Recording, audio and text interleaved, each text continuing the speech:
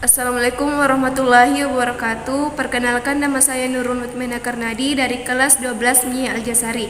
Pada video kali ini saya ingin menjelaskan proses-proses dalam pembelahan sel. Pembelahan sel adalah peristiwa di mana sebuah sel membelah menjadi dua atau lebih menjadi sel baru. Pembelahan sel merupakan cara sel memperbanyak diri atau yang disebut dengan reproduksi. Sel sebagai bagian terkecil yang menyusun tubuh makhluk hidup. Pembelahan sel dibedakan menjadi tiga, yaitu pembelahan sel secara mitosis, pembelahan sel secara meiosis, dan pembelahan sel secara amitosis.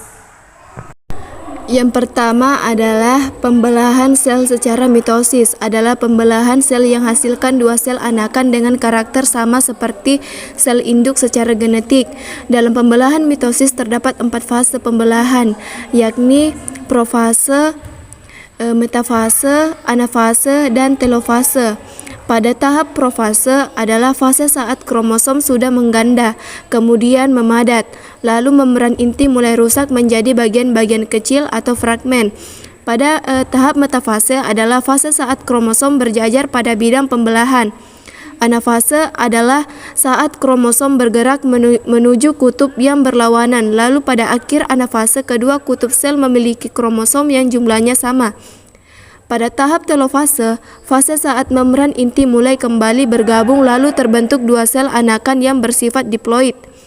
Di akhir fase telofase terjadi pembelahan sitoplasma yang dikenal sebagai sitokinesis atau terbentuk cincin pembelahan hingga sitoplasma menjadi dua sel anakan. Yang kedua adalah pembelahan sel secara meiosis atau pembelahan reduksi, merupakan pembelahan sel dengan hasil 4 sel anakan yang tiap-tiapnya membawa hanya separuh jumlah kromosom induknya, sehingga jumlah kromosom yang dimiliki oleh sel anakan adalah N atau haploid. Proses pembelahan meiosis berlangsung dalam 2 tingkatan, yakni meiosis 1 dan meiosis 2.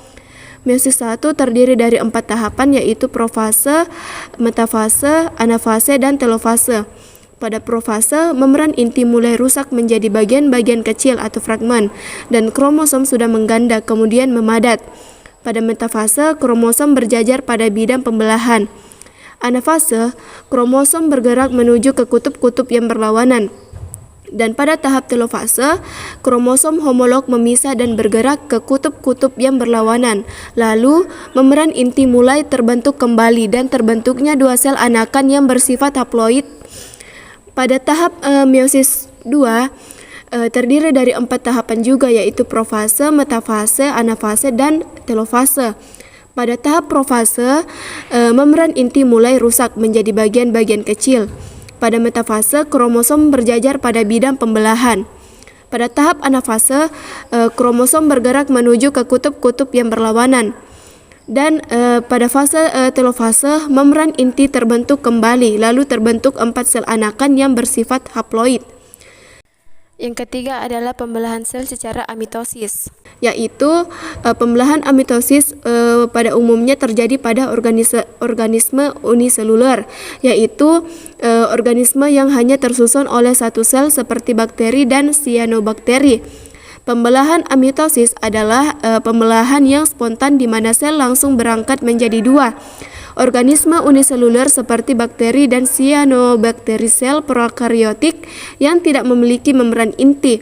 Oleh karena itu, pembelahan sel bisa terjadi secara langsung karena tidak ada inti sel yang harus ikut membelah. Langkah pertama yaitu kromosom-kromosom pada bakteri atau cyanobacteria harus menggandakan diri terlebih dahulu. Caranya adalah dengan menempel ke membran plasma dan melakukan proses penggandaan yang disebut duplikasi. Di saat yang sama, sel bakteri atau cyanobacteria ikut memanjang dan bagian tengahnya melekuk ke dalam, membagi sel menjadi dua. Setelah itu, setiap kromosom akan terbagi ke masing-masing calon sel baru.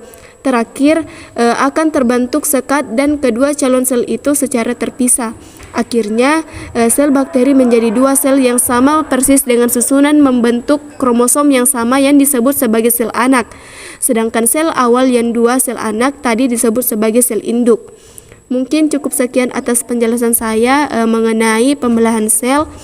Jika ada kesalahan mohon dimaafkan. Wassalamualaikum warahmatullahi wabarakatuh.